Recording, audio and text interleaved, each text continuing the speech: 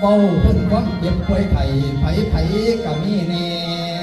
เป็นลูกนั่นลูกนี่มีแต่ละคน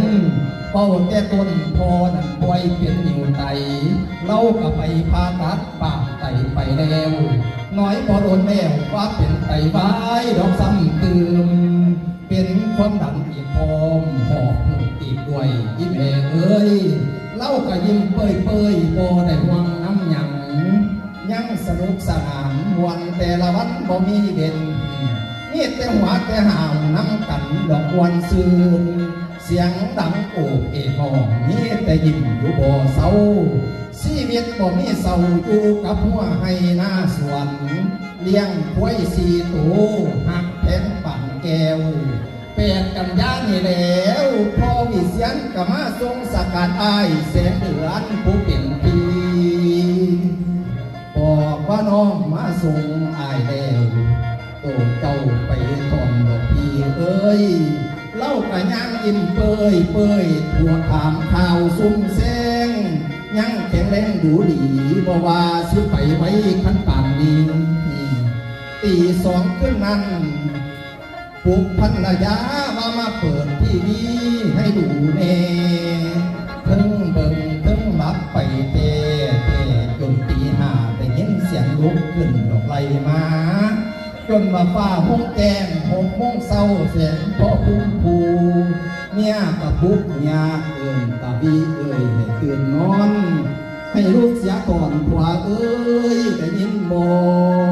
แสนสิหอกงานเอิ้นตัวเจ้ากะบ่ผ่านเมียจังได้เอิ้นไทยบ้านไทยเมียงให้มาซอยเอิ้นหาลูกหาเต่าพกเต่ากะดวนมาหอดวงพยาบาลแนวหน้าหมอกับทำปั๊มหัวใจผ่านไป30 นาทีซีดพระจอนกับบ่มีพบน้อยซีดพระจอนนับด้วยหน่อยหัวใจเราแก่กับคอยลง14 กันยาฝ่าพาโปงลุงเสาเอกงามวงศาพอวิเชียรได้ลากาบสู่เมืองสวรรค์แล้วลูกหลานก็เซลห้องมาพอเอ้ยขึ้นมาก่อนน้ำบานกะวอนห้องบิดาเจ้าให้เราส่งสารให้ย้ายเท่าให้สะอื้นยืนเบิ่งลูกสายดีต่อพื้นกาเดนอ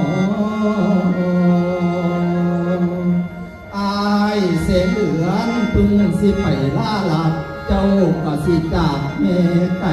ดอนเจ้าแม่เพ่งสีพวกเป็นเมียโอ้ยวันเก่าเป็นล้มตะลุมเอา